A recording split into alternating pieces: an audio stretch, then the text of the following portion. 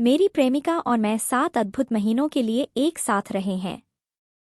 वह 24 साल की है और मैं 25 साल का हूँ। एक इंजीनियर के रूप में काम कर रहा हूँ, जबकि एक व्यवसाय का प्रबंधन भी कर रहा हूँ। अपने व्यस्त कार्यक्रम के बावजूद मैं हमेशा उसके लिए समय निकालता हूँ क्योंकि वह मेरे लिए दुनिया का मतलब है।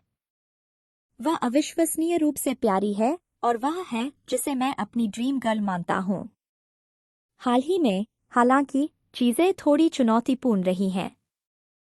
लगभग 1 महीने पहले उसने मुझे प्यार और स्नेह से भरे संदेश भेजना शुरू कर दिया। मुझे बताया कि मैं उसके लिए कितना मायने रखता हूँ और मैं उसकी दुनिया कैसे हूँ। ये संदेश मेरे फोन को बाढ़ देंगे और मैं समान उत्साह के साथ जवाब दूंगा। हमारी अगली तारीखों की योजना बना रहा हूँ और उसे आश्चर्यचकित करने के तरीकों के बारे में सोच रहा हूँ। हालांकि, ऐसे क्षण थे जब वह अचानक दूर हो जाएगी।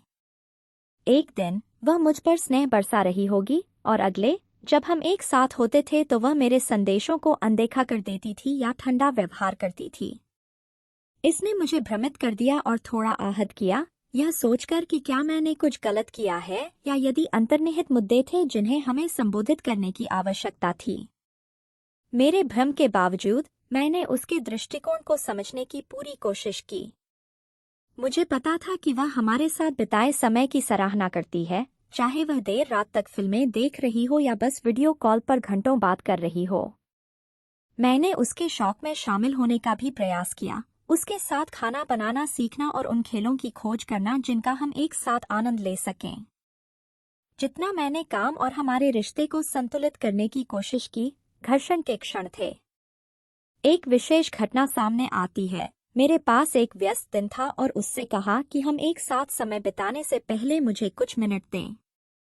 इंतजार करने के बजाय उसने मुझे नजरअंदाज कर दिया, जिससे दुख हुआ क्योंकि मैंने हमेशा हमारे क्षणों को एक साथ प्राथमिकता देने का प्रयास किया। स्थिति तब बढ़ गई जब मैंने अनदेखी की घटनाओं के बारे में उसका सामना किया।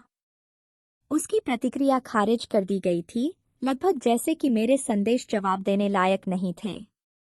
निराश और अप्राप्य महसूस करते हुए मैंने अगले दिन उसके संदेशों को अनदेखा करते हुए उसके व्यवहार को प्रतिबिंबित करने का फैसला किया। इसके कारण एक टकराव हुआ जहां उसने मुझ पर जानबूझकर उसे अनदेखा करने का आरोप लगाया, जो मेरा इरादा बिल्कुल नहीं था। हमारे तर्क आम तौर पर हमारे साथ बात करने और हमारे मुद्दों को हल करने के साथ समाप्त होते थे। हालांकि, इस बार मैंने नाटक में आगे नहीं बढ़ने का फैसला किया। मुझे उसे लगातार समझाने के बिना उसके कार्यों के प्रभाव का एहसास करने की आवश्यकता थी। यह खेल खेलने के बारे में नहीं था, यह उसे एक रिश्ते में संचार और आपसी सम्मान के महत्व को समझने के बारे में था। हमारी चुप्पी की अवधि के दौरान मैंने प्रतिबिंबित किया कि चीजें कहाँ गलत हो सकती हैं। मुझे आश्चर्य हुआ कि क्या वह उपेक्षित महसूस कर रही थी या यदि वह गहरी असुरक्षाओं से निपट रही थी। यह इस समय के दौरान था कि वह मेरे पास पहुंची, अपने व्यवहार के लिए माफी मांगी और चीजों के माध्यम से बात करने की इच्छा व्यक्त की। मैंने उसके साथ ईमानदारी से बातचीत करने के लिए काम से ब्रेक लिया।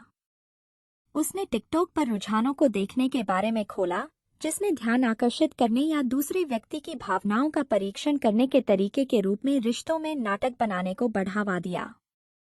उसने वीडियो देखे थे जो सुझाव देते थे कि संदेशों को अनदेखा करना या गर्म और ठंडे गेम खेलना किसी को अधिक दिलचस्पी ले सकता है या अपने प्यार को साबित कर सकता है। मैं उसके रहस्योद्घाटन से अचंभित था। हमने चर्चा की कि इस तरह का व्यवहार कितना हानिकारक हो सकता है और यह कैसे एक स्वस्थ संबंध गतिशील को प्रतिबिंबित नहीं करता है। मैंने विश्वास, संचार और आपसी सम्मान के महत्व पर जोर दिया, ऐसे मूल्य जो किसी भी मजबूत रिश्ते की नींव बनने चाहिए। यह हम दोनों के लिए सीखने का अनुभव था। उसने अनावश्यक नाटक की तलाश के जाल में गिरने के लिए स्वीकार किया, यह महसूस करते हुए कि यह केवल गलतफहमी पैदा करता है और भावनाओं को चोट पहुंचाता है।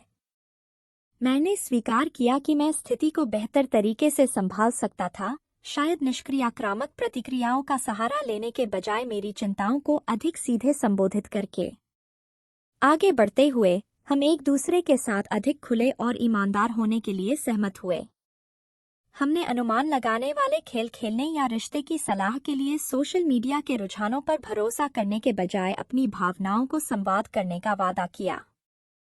यह एक अनुस्मारक था कि रिश्तों को प्रयास, समझ और चुनौतियों के माध्यम से एक साथ काम करने की इच्छा की आवश्यकता होती है। उन टिकटॉक रुझानों और वीडियो के लिए जो विषाक्त संबंध व्यवहार को बढ़ावा देते हैं, मैं मदद नहीं कर सका लेकिन निराश महसूस कर सकता हूँ। लोगों को दिमाग के खेल खेलने या ध्यान के लिए भावनाओं में हेरफेर करने के लिए प्रोत्साहित करना हानिकारक है और रिश्तों के लिए अवास्तविक अपेक्षाएं निर्धारित करता है। मुझे उम्मीद है कि वे प्लेटफॉर्म विचारों के लिए नाटक को सनसनीखेज बनाने के बजाय स्वस्थ संबंध गतिशीलता को बढ़ावा देने में अधिक जिम्मेदारी लेते हैं। अंत में, हमारा रिश्ता इस अनुभव से मजबूत होकर उभरा। हमने एक दूसरे के प्रयासों की सराहना करना, अधिक प्रभावी ढंग से संवाद करना और परिपक्वता और समझ के साथ चुनौतियों का सामना करना सीखा। यह एक अनुस्मारक है कि प्यार आपसी सम्मान, विश्वास और वास्तविक संबंध के बारे में है, अस्थायी उत्तेजना के लिए अनावश्यक नाटक बनाने के बारे में नहीं।